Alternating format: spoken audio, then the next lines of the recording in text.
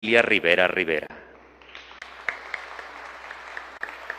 La directora de Derechos de las Mujeres Indígenas y Afromexicanas del Instituto Nacional de los Pueblos Indígenas, licenciada Violeta Hernández Andrés.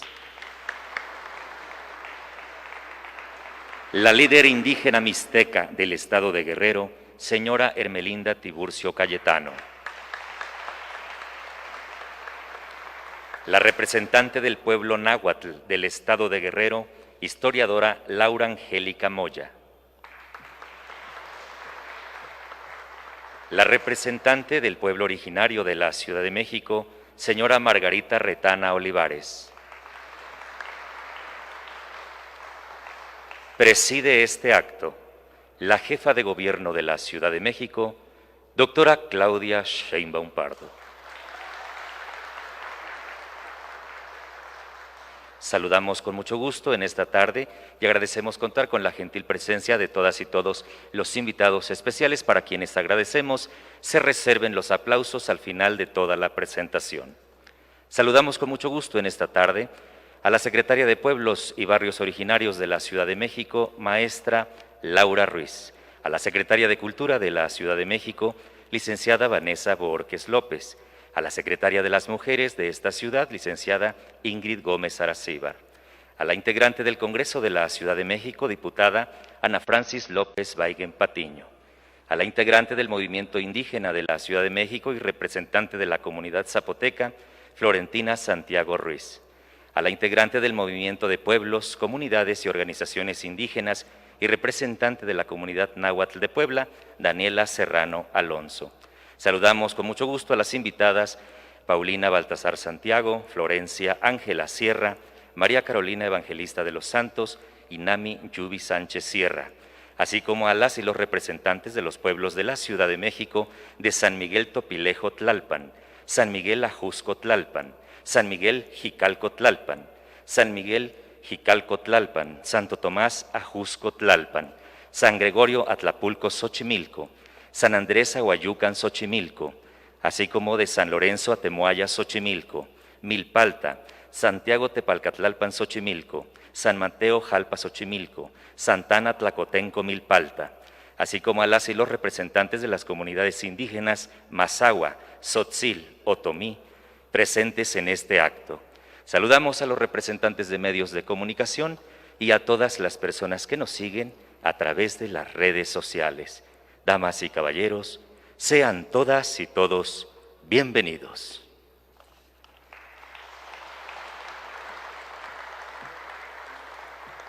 A continuación, cedemos el uso de la palabra a la historiadora Laura Angélica Moya, representante del pueblo náhuatl del Estado de Guerrero.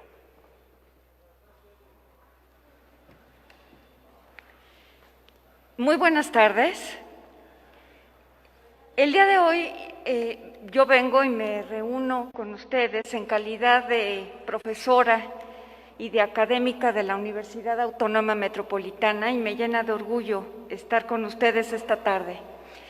Lo que quiero hacer es presentarles dos grandes ideas sobre lo que está ocurriendo en esta magnífica ciudad en términos de la memoria monumental, y lo que es el gran debate y las disputas que tenemos por las narraciones de nuestros pasados. Lo que estamos presenciando el día de hoy es un problema referido a qué es y cómo cambia la forma y el sentido de la memoria monumental de la Ciudad de México. Estamos observando, como pocas veces, un campo de disputa entre actores de distinto signo por colocar narrativas muy diferentes sobre cada uno de nuestros pasados. Como todos sabemos, no hay accesos directos ni autoevidentes sobre esos pasados, sino a través de documentos, de sistemas de símbolos, de recuerdos sociales compartidos y de representaciones monumentales, que solo pueden ser formulados en la clave temporal del presente. Este espacio ha dejado de ser patrimonio exclusivo de los estados nacionales y hoy es disputado por numerosos grupos y actores sociales. Por eso, No hay posibilidades de tener consensos absolutos, solo narraciones diferenciadas y subalternas que confrontan a los discursos dominantes heredados. Vivimos una época en la que se ha producido una democratización de la memoria y de la historia que solo se explican con base en la conformación y la integración de nuevas identidades sociales. Este es uno de los grandes retos que enfrentamos en nuestra época. Estas identidades se encuentran llenas de contenidos, hasta hace unos años, inéditos.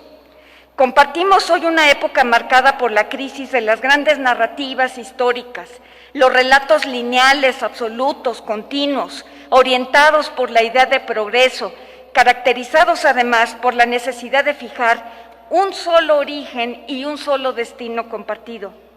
Lo que presenciamos hoy es la convivencia de generaciones nuevas y de identidades mucho más plurales que demandan códigos culturales mucho más diversos. Esto viene de tiempo atrás y un claro ejemplo de ello lo pudimos ver con las revisiones y las nuevas interpretaciones de la historia. Por ejemplo, la que tuvimos a finales del siglo XX, cuando fue uno de los aniversarios, el 75 aniversario de la Revolución Mexicana, y dejamos de hablar de la Revolución Mexicana como un conjunto de movimientos locales, regionales y con efectos diferenciados a nivel nacional. Hoy difícilmente podemos hablar de la conquista de México, y hoy se cuestiona a profundidad esta interpretación eurocentrista y colonialista dominante. Este revisionismo es saludable y deberá evitar los pecados de cualquier nativismo nacionalista. Tenemos generaciones que resuenan poco en esos significados totalizadores. El debate sobre los monumentos históricos en la Ciudad de México se inscribe entonces en coordenadas epocales complejas. Lo que estamos presenciando es un debate sobre la materialización alegórica de los pasados prehispánicos, del pasado colonial, y digamos que casi le llega a la lumbre a la historiografía liberal del siglo XIX.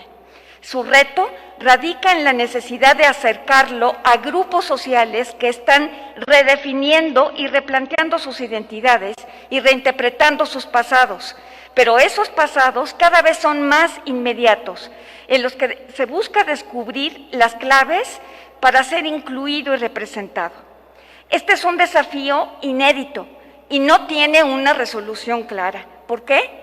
Pues porque vivimos tiempos muy presentistas, así les llamamos, en la que la memoria histórica no encuentra sentidos de identificación con el ideal unitario de la patria mestiza, dominante en el nacionalismo revolucionario del siglo XX, porque los referentes de conformación de identidades se han diversificado. Hoy, la definición del sí mismo y de los otros se plantea a partir de las disputas de los pasados, pero aún más por las definiciones de las culturas originarias, la definición de los géneros, las diferencias regionales y las tensiones entre las culturas locales y los códigos de la cultura global. Por esta razón, la memoria en el espacio público se ha convertido en un campo cultural donde encontramos materializadas las tensiones entre las representaciones de los pasados de muy diverso tipo. Los pasados que remontan a los orígenes, los que evocan a los momentos fundacionales, a la modernidad liberal, a la Revolución Mexicana, ahora al pasado, acertadamente al pasado de las heroínas de todos estos movimientos, y a un conjunto de recuerdos que apelan al pasado muy presente y que desnudan las causas sociales no resueltas, los recuerdos suprimidos, los que han sido desplazados y rotos, a través de los antimonumentos y ahora también a través de las nuevas propuestas de memoria monumental. Sin duda, vivimos una época en la que hay un boom, una explosión del recuerdo en el espacio público, y donde Mario Rufer señala que lo que podemos conocer del pasado en el presente no es otra cosa más que una conexión política.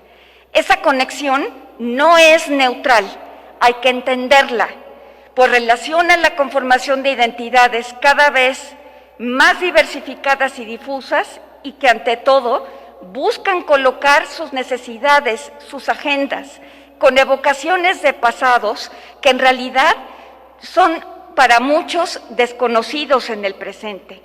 No estoy diciendo que no sean importantes, sino que hoy tenemos a múltiples actores con agendas de la mayor relevancia que van por reivindicaciones, por derechos, por reconocimiento de sus presencias en esta ciudad y en este país.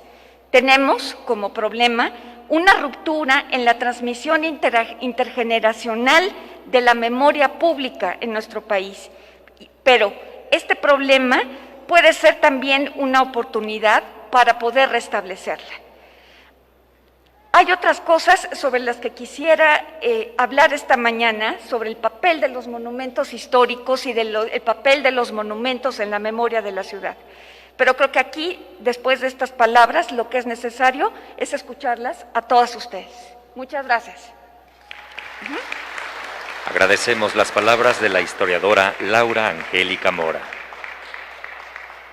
Enseguida cedemos el uso de la voz a la señora Margarita Retana Olivares, representante de pueblo originario de la Ciudad de México.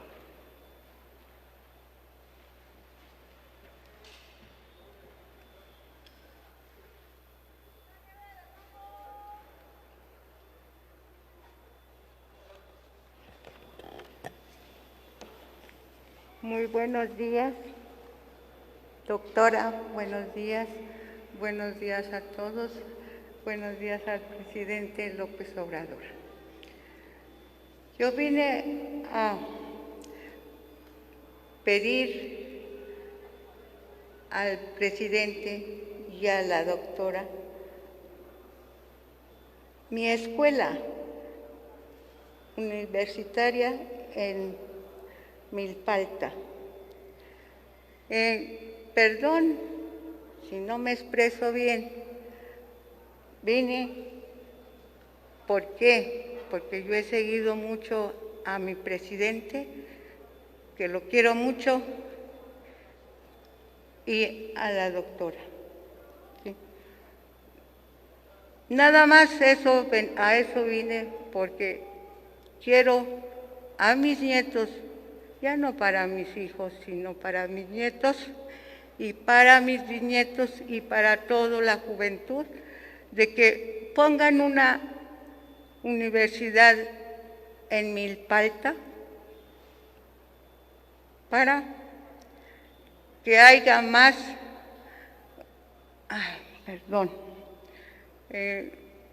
una universidad, pero a nivel licenciatura. ¿Para qué? Para que todos los de mi origen milpantenses no se pierda tampoco perdone, porque yo casi no hablo a público. Y yo vine ahorita a pedirles, no a pedirles, sino a exigirle, doctora, conjunto con mi presidente, que nos pongan nuestra universidad en Milpalta, que nos hace mucha falta, y también para nuestro origen del náhuatl. Es todo lo que vine a pedir. De favor, doctora, no se olvide de Milpalta. Hemos, en conjunto de mis pueblos, que abarca delegación de Milpalta, hemos, como decimos, macheteado y todo, para que sigamos en pie y lo sigamos apoyando. Eso es todo lo que puedo decir. Muchas gracias. Estimamos el uso de la voz de la señora Margarita Retana Olivares.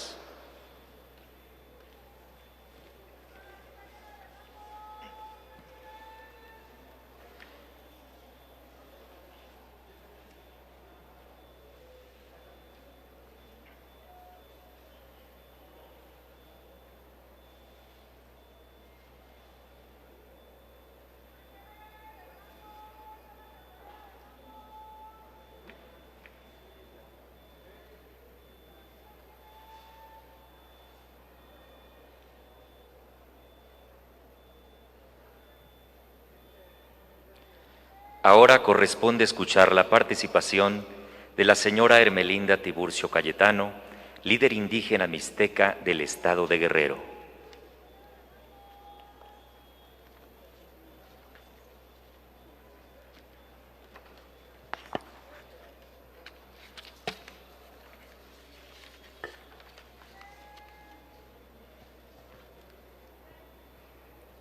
Tani kundo natayo, jeni anda vinindo, nikando shindu, raba shindu vichi, kondo shindo, jeni anda vinindo, nikando shindura, sano ndendo shindo vichi. Buenas tardes, agradecer al público, ¿verdad?, que nos escucha, pero también a las autoridades que le saludo en mi lengua indígena natal. Soy Nasabi, del estado de Guerrero, y voy a expresar mi sentir, nuestro sentir y el sentir de mis hermanas indígenas que me acompañan, pero también las que hoy no están con nosotras. Hoy, 14 de septiembre, un día especial porque se va a anunciar la colocación o la estatua, ¿verdad?, de una mujer indígena en la ciudad. Así lo creemos. Tal vez para la sociedad eso no es importante, quizá por racismo, discriminación, se tome como algo feo o no digno, pero para nosotras, las mujeres indígenas, significa visibilidad, reconocimiento y representación de todas aquellas mujeres que hicieron frente a estos hechos, luchando junto, hombres, niños, niñas, por preservar su cosmovisión, cultura, los saberes, los conocimientos ancestrales, los rituales y la preservación de los alimentos sagrados, como el maíz, la calabaza, el frijol. Hablamos de aquellas mujeres que han estado solas con sus pensamientos, su sentir, que ha parido hijos con parteras, que sus pensamientos la ha plasmado con telar de cintura, que han cuidado la naturaleza para que todos los habitantes del pueblo, ciudades, respiren aire puro, porque aquí donde estoy parada no hay árboles. Nosotras, las mujeres indígenas, somos las que sembramos, la que regamos árboles para que esta ciudad tenga oxígeno y también le llegue el agua para que beban, porque si nosotras allá en los rincones de este país el agua se acabaría. Hoy comienza una nueva historia en esta ciudad, en el país, porque se pondrá la estatua de la diosa. Nosotras, ustedes, la que está aquí enfrente, son la diosa, porque nosotras parimos hijos, nosotras somos madre de todos los varones que están aquí enfrente, los medios de comunicación, los funcionarios, las funcionarias, nosotras damos luz, somos la diosa. Entonces, hoy es un día especial porque se anuncia que un monumento de una mujer, una diosa, se instala en esta ciudad. Se va a remover la estatua de la destrucción, invasión, colonización de la enfermedad. Estoy hablando de aquellos años, el sarampión, la pandemia, lo trajeron, como ahora, ¿verdad? Que lamento mucho no poder mirar el rostro de ustedes, porque la pandemia nos impide, nos tapa la boca, la voz, la mirada, para que podamos seguir. Pero eso no será obstáculo, será un medio para que podamos vivir. Se va a remover en la estatua el monumento del engaño, del odio, para reivindicar las culturas originarias, ancestras que sufrieron estos males, que ha tenido consecuencia negativa en los pueblos originarios, especialmente en las mujeres.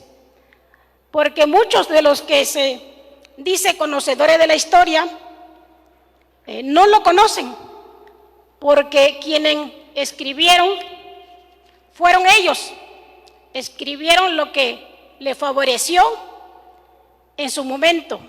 Nosotras no hemos hecho la historia, porque ustedes son testigos. Es muy pocas veces que nos da el micrófono y nos cuenta los minutos que vamos a hablar. Entonces, no hemos tenido la oportunidad de escribir la historia, porque no sabíamos tomar el lapicero, no teníamos la hoja blanca, lo hacíamos en nuestro telar de cintura. Ahí está nuestra historia.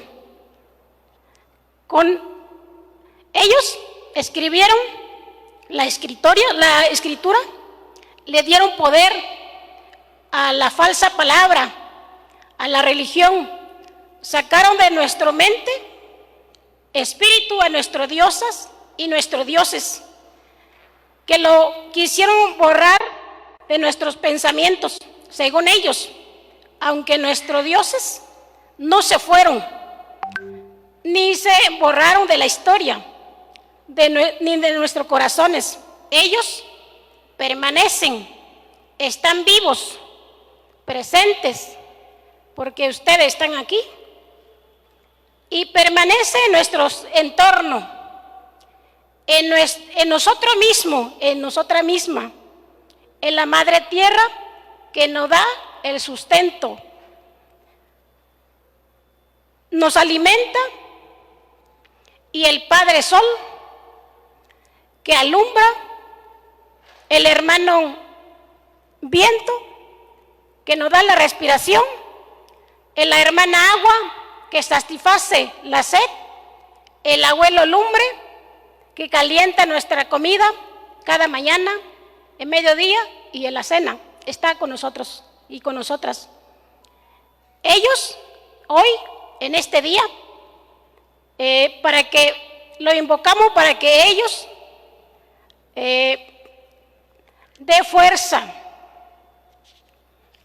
poder a la Madre Tierra, el Padre Universo, para que este importante suceso pueda tener la aceptación que se merece, porque la historia no está bien escrita, nos toca a nosotras, ustedes, las abuelas, las generaciones que vienen, escribir la historia, y en especial nosotras, las mujeres indígenas, pero muy en especial a la doctora que está aquí, porque como mujer, habemos mujeres que tenemos cuerpo de mujer, pero no corazón de mujer.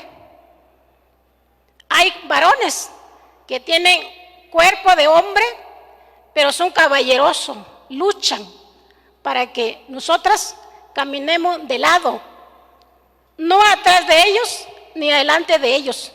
Entonces, muy en especial a la doctora que nos invitó el día de hoy, a nosotras las mujeres indígenas, y bueno, a la actriz Jesús Rodríguez, que la conocí hace 25 años, yo era muy joven y nos inspiró a ser artistas, porque nosotras somos artistas de nuestra propia vida. Nosotras las mujeres indígenas somos artistas por lo que vivimos. Es cierto que en la ciudad existen teatro, pero nosotras lo vivimos un diario. Entonces, estamos muy agradecidas porque nos invitaron, porque estamos aquí, porque nos dieron el micrófono. Vamos a comprometernos, tomar el lapicero, escribir la historia, que hoy lo que lo escribieron en su conveniencia. Gracias. Tanda viniendo, sa donde ando bichin. Tanda viniendo, yo ni cana, señora, sa donde bichin. Yo que tú muña caí diciendo. A lo mejor a ustedes, no me entienden, ¿verdad? Pero la diosas que hoy nos acompaña, los dioses que hoy nos acompañan, si nos escucha en nuestra lengua materna. Muchas gracias y gracias por la invitación. Vamos a esperar que esta ciudad sea una ciudad de cultura, sea una ciudad con cultura que nos dé historia, una ciudad que hoy que la doctora lo encabeza, sea una ciudad de generaciones de historias. Muchas gracias, porque sé que va a haber mucho cambio. Confío en eso. Agradecemos la amable participación de la señora Margarita Retana Olivares.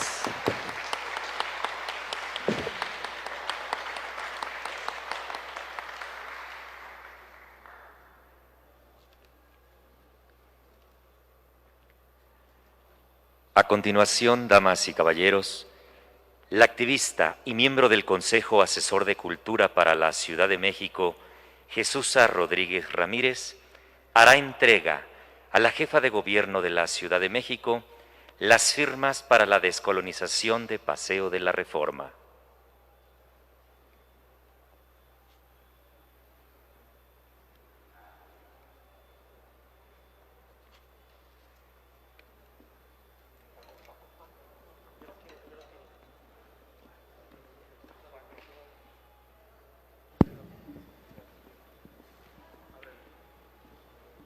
Muchas gracias. Sí, muchas gracias. Bueno, después de lo que ha dicho Ermelinda, hay muy poco que decir, porque realmente si la diosa no aparece, estamos fritas, muchachas. O sea, esta tierra se nos fue. Ya la crisis del metano ya está aquí, ya el cambio climático ya está aquí.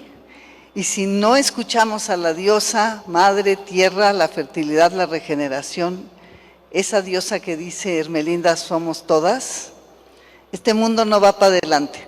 Así que, pues la maravilla que tenemos hoy es tener una mujer como jefa de gobierno en la Ciudad de México y que sabemos que tiene corazón y cuerpo de mujer.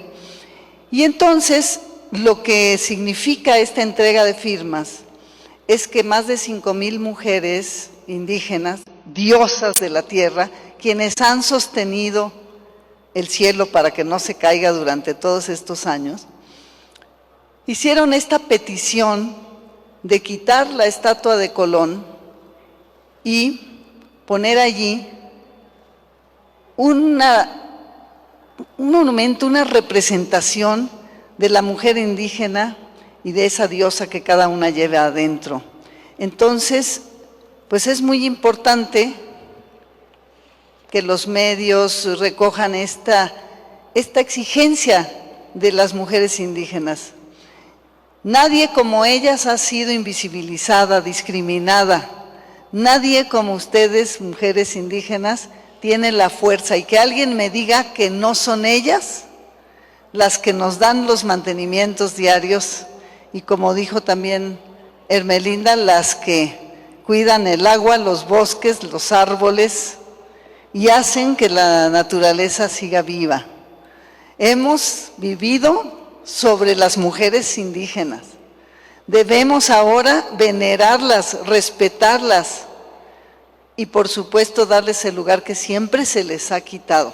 Así que este es un comienzo y agradecemos muchísimo a todas las mujeres indígenas que exigen ser visibilizadas a través de todas estas firmas de petición y por supuesto a la jefa de gobierno que escuchó este exhorto y esta petición de tantas mujeres. Es hora ya que seamos, como diría la Cuarta Transformación y el presidente de la República, por el bien de todas, primero las mujeres indígenas, ¡Que vivan las mujeres!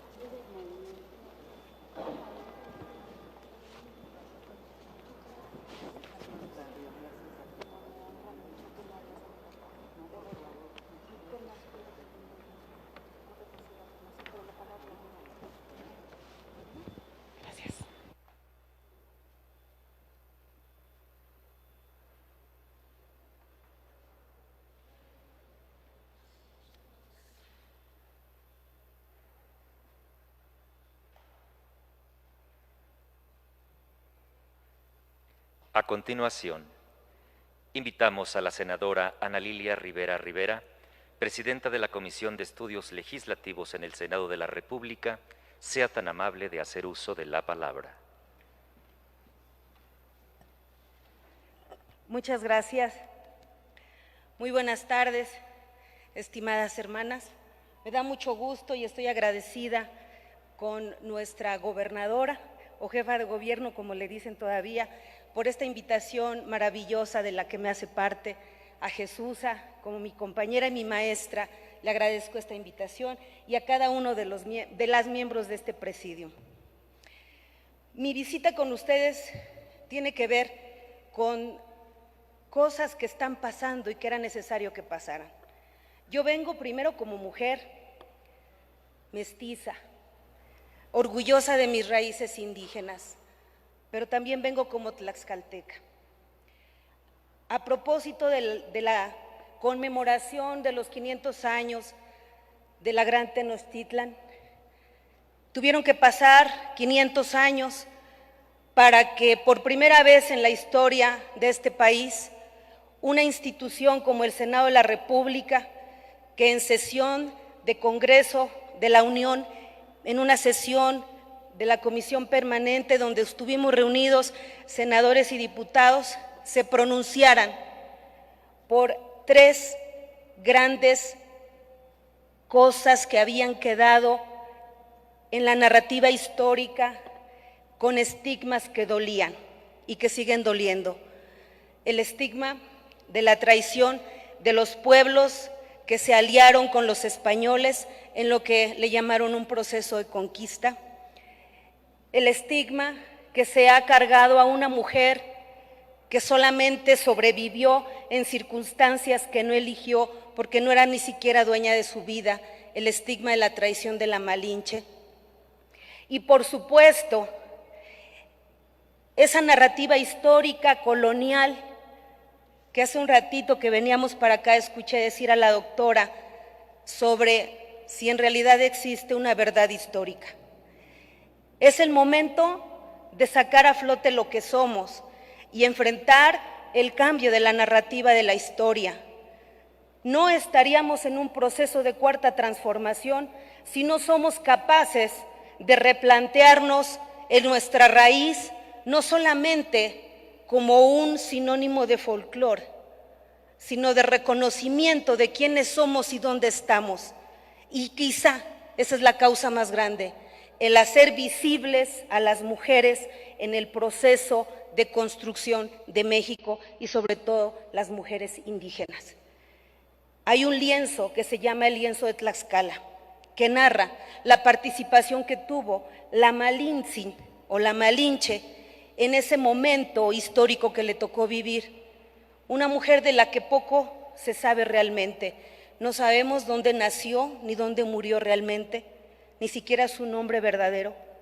Sin embargo, esta mujer fue una mujer extraordinariamente talentosa, porque supo interpretar la cosmovisión de dos mundos que hicieron posible la construcción de este México nuestro. En la Malinche se representa la historia de todas nosotras, porque ¿para quién de nosotras la vida ha sido fácil? Ser mujeres, ser indígenas y ser pobres, ¿acaso somos dueñas de nuestra vida?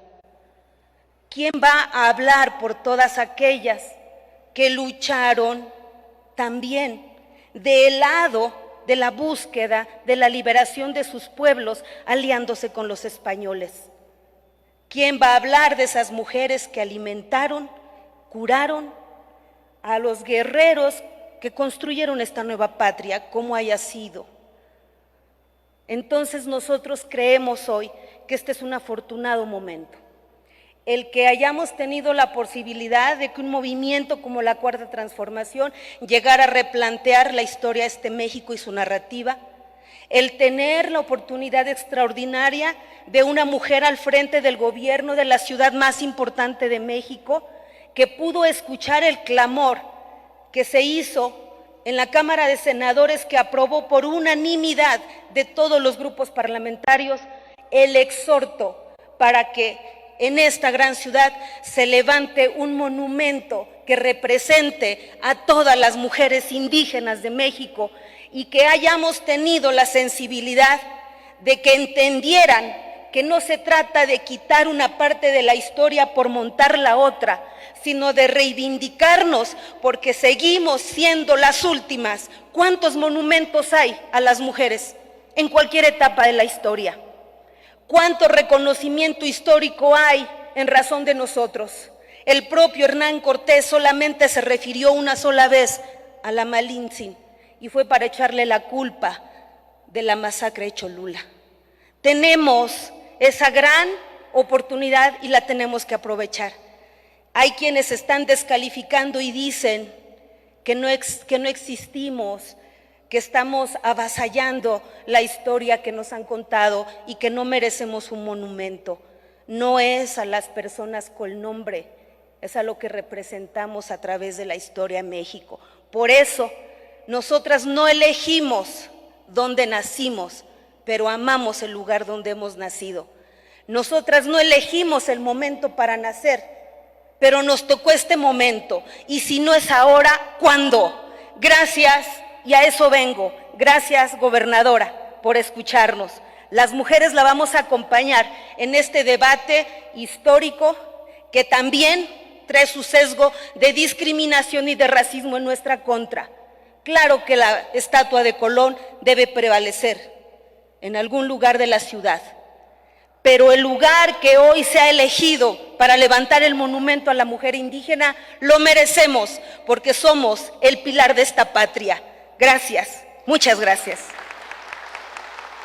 Las palabras de la senadora Ana Lilia Rivera Rivera.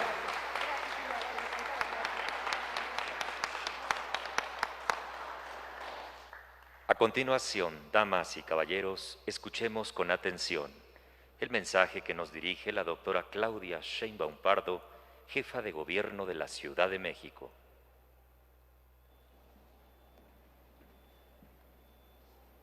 Muy buenas tardes a todas, a todos. Es un honor para mí estar frente a ustedes y empiezo por las últimas palabras de Ana Lilia, de la senadora, que dice: amamos el lugar donde nacimos. Desde que llegamos al gobierno de la ciudad, planteamos la necesidad del reconocimiento de las mujeres en la historia de México, en la historia de nuestra ciudad. Por eso uno de los planteamientos que hicimos y que ya se está haciendo es hacer el paseo de las heroínas en el Paseo de la Reforma. El Paseo de la Reforma tiene solamente estatuas de hombres diversos, no tiene una sola mujer fuera del Ángel de la Independencia. Y decidimos hacer el reconocimiento a 14 mujeres, una de ellas a la mujer anónima en la historia de México, y 13 mujeres que han representado distintos momentos patrios, distintos momentos en la historia de nuestra nación, como una reivindicación de nuestro pasado y de nuestro presente.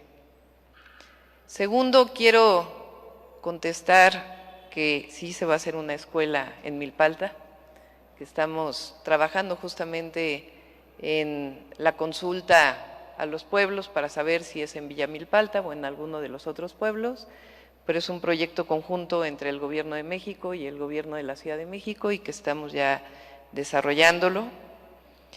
Los otros dos temas, antes de pasar a la lectura del texto que traigo el día de hoy, es el debate de dónde queda la estatua de Colón, que el Instituto Nacional de Antropología e Historia lo está definiendo y lo anunciará ya muy pronto. Y la otra es quién va a ser o cómo se va a hacer la escultura que quede en vez de lo que está hoy de la estatua de Colón, y hemos tomado la decisión de que mejor lo ponemos en manos del Comité de Monumentos y Obras Artísticas en Espacios Públicos de la Ciudad de México, que es finalmente quien lo tiene que decidir, que está constituido por instituciones de la ciudad, instituciones del Gobierno de México, como el Instituto Nacional de Antropología e Historia, y también historiadores y ciudadanos, de tal manera que en las próximas días, semanas que se reúne el comité, estará tomando una decisión. Y queremos agradecer al arquitecto Pedro Reyes porque realmente él lo tomó como algo fundamental y es muy probable que también parte de su obra esté también exponiéndose en la ciudad. Pero para que no haya ningún problema, que no sea la jefa de gobierno quien lo decida, pues lo ponemos como lo establece la ley, los reglamentos, a la decisión de este comité de qué es lo que va a ir o cuál es la escultura de la mujer indígena que va a ir en este espacio. Eso quería comentárselos antes de leer este texto, que quiero decir, aunque ella no le gustaría que lo dijera, pero es un texto que me ayudó a hacer mi hija, y lo digo con orgullo porque si algo lo honra a una como mujer es sus hijos, y particularmente una hija que se vuelve crítica frente a la historia. Ella es historiadora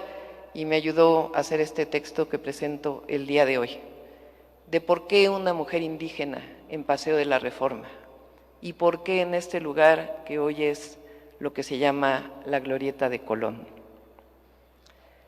La historia del llamado descubrimiento de América tiene diversas formas de ser vista. La visión dominante ha sido una que glorifica la figura de Colón. Dicha visión pone en el centro a un hombre de una gran complejidad y lo simplifica resaltando su europeísmo, valentía y heroísmo. En otras palabras, se ha mitificado una figura del pasado que hace entender la invasión y la colonización de América a través de los ojos europeos, es decir, a través de ojos civilizatorios, entre comillas. Pero ¿qué se silencia cuando se pone en el centro del relato histórico a una figura europea masculina? En 1493, un año después de que Colón encontrara lo que él siempre creyó que era una parte de Asia, el navegante genovés regresó con una tropa de alrededor de 17 barcos y se nombró a sí mismo el nuevo gobernador de la isla española, actualmente Haití y República Dominicana. Parte de su legado fue también la esclavización y el exterminio sistemático, así como haber traído pandemias, pero principalmente el exterminio de la población taína. Distintas fuentes apuntan a que dicha población pasó de tener 8 millones de habitantes a 3 millones para 1496. Dichas políticas y también la pandemia permanecieron y para 1514 el número de pobladores indígenas era solo de 22,000. Para 1542 solo 200 aparecían en el censo. Vuelvo a preguntar entonces, ¿qué se silencia cuando hacemos heroica la figura de Colón? ¿Qué se silencia cuando hacemos una apología a esta persona poniéndolo en una de las calles principales de nuestra ciudad? Se silencia el exterminio y el esclavismo de pueblos originarios. Se silencian barbaries y no el acto civilizatorio de los europeos, no los europeos en general, de aquel momento de la invasión europea. Se silencia también el origen de un profundo racismo que sigue en pie hasta nuestros días. Los monumentos, estatuas y nombres de las calles de nuestra ciudad son legados que dejamos para futuras generaciones. Son marcas históricas que deben hacernos recordar dignamente nuestro pasado. La memoria histórica que buscamos preservar no puede ni debe ser solamente una visión mitificada.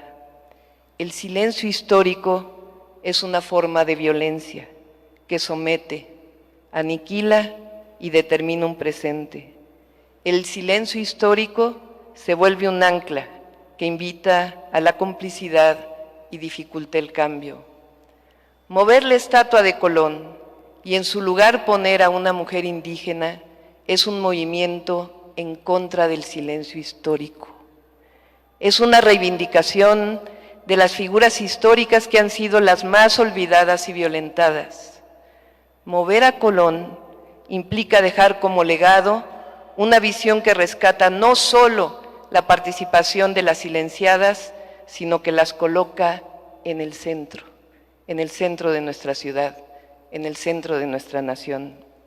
El silencio histórico se vuelve entonces voz, se vuelve camino, se vuelve posibilidad futura. El cambio de énfasis que implica este monumento nos ayuda a recordar el origen, nuestro origen, nos ayuda a colocar a la figura femenina como protagonista de un pasado que le ha sido negado. Reasignarle lugar a la mujer en el curso de la historia implica también reivindicar su lugar hoy. Implica iniciar un cambio de conciencia en el que nos sentimos orgullosas de nuestro protagonismo y no silenciadas por la omisión y sumisión que han caracterizado la historia de la mujer, y en particular y principalmente de la mujer indígena. Sin duda, Colón significó un cambio en la historia del mundo, pero ¿cómo entendemos ese cambio? Es lo que hoy nos cuestionamos. Colocar a una mujer, y en particular a una mujer indígena, en este lugar implica empezar a replantear la mirada histórica, implica empezar a contar la historia desde otro lugar, implica colocarnos frente a nuestro pasado y por lo tanto frente a nuestro presente y nuestro futuro, desde la mirada de la mujer o de las mujeres indígenas como parte esencial de la historia de este continente. Implica también que generaciones de mujeres presentes y futuras puedan reconocerse como hacedoras de la historia. Ese es nuestro cambio de conciencia. Es una responsabilidad ética replantearnos el pasado para transformar injusticias del presente. Solo así podemos combatir el racismo y el clasismo que se viven actualmente. La transformación tiene que ser de raíz y por ello recolocamos la mirada histórica. Este monumento recupera la valentía y la resistencia de mujeres, de personas que han sido silenciadas por cientos de años, a pesar de sus luchas y resistencias, a pesar de haber sido supuestamente vencidas, pero nunca, nunca rendidas. Responsabilidad de poner este monumento hoy con todas ustedes que han traído estas firmas, con las senadoras que promovieron este punto de acuerdo por las mujeres indígenas de nuestra patria. Hoy es una responsabilidad de la que podemos sentirnos muy, pero muy orgullosas y de la que nos estamos haciendo cargo. Muchas gracias. Agradecemos el mensaje que nos ha dirigido la doctora Claudia Sheinbaum Pardo, jefa de Gobierno de la Ciudad de México. Señoras y señores, el himno nacional es la máxima expresión de orgullo patrio que nos impulsa a servir con honestidad, lealtad y honor desde cada uno de nuestros ámbitos, por lo que a continuación invito a todas y todos los presentes para que unamos nuestras voces y entonemos las gloriosas notas de nuestro himno nacional mexicano.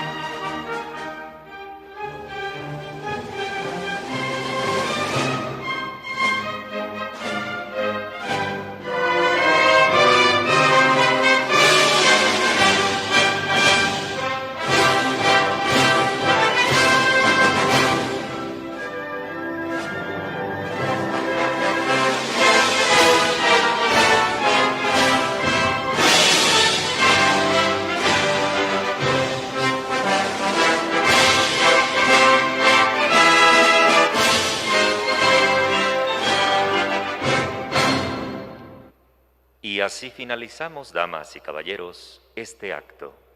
El Gobierno de la Ciudad de México, ciudad innovadora y de derechos, agradece su fina atención y gentil asistencia, deseando que sigan teniendo todas y todos una excelente tarde. Ciudad de México, ciudad innovadora y de derechos.